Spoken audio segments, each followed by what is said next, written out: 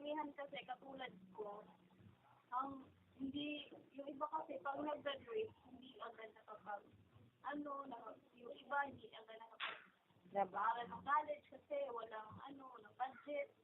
Tapos, ngayon, kailangan talaga ng pera pag nag-aaral ng college. Kaya, yung iba, pag hindi na, tambay na lang. Kasi, siyempre, pag graduate ka ng high school, 16 pa yung edad mo. Hindi ka pa makapag-apply ng trabaho. Kasi, may, underage pa.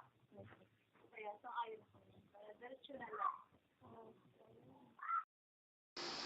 Ano masasabi mo sa K-12? O kung saan ayon ka sa K-12? Ay, sa ngayon, hindi ako sanang-ayon sa K-12.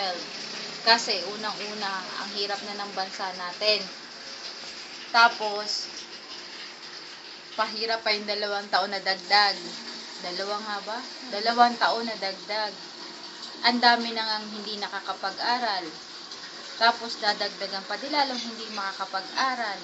Tapos, lalong pang tatamarin yung mga bata mag-aral. Ilan lang naman nga masipag mag-aral eh. Tatamarin pa yung iba. Instead na makakapagtrabaho na, makatulong sa magulang, ang mangyayari, mag-aaral pa. Additional na gastos pa sa magulang. Additional na pasakit pa. Yung K-12 na yan. Tapos ganun din naman. Lalo pa nagkakawindang-windang utak ng mga bata.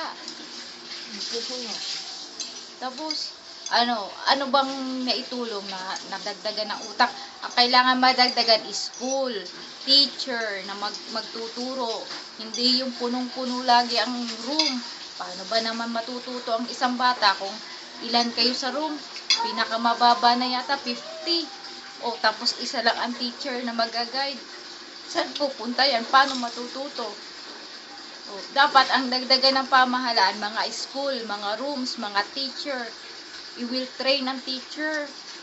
Hindi yung mga teacher na paupo-upo lang ang uutusan ng mga estudyante magturo. Instead na sila magturo. Tinatamad ang mga teacher magturo dahil sa dami rin ng estudyante at sa liit ng sweldo ng teacher. Dapat ang teacher, malaki ang sweldo, malaki ang benepisyo para sinisipag magturo.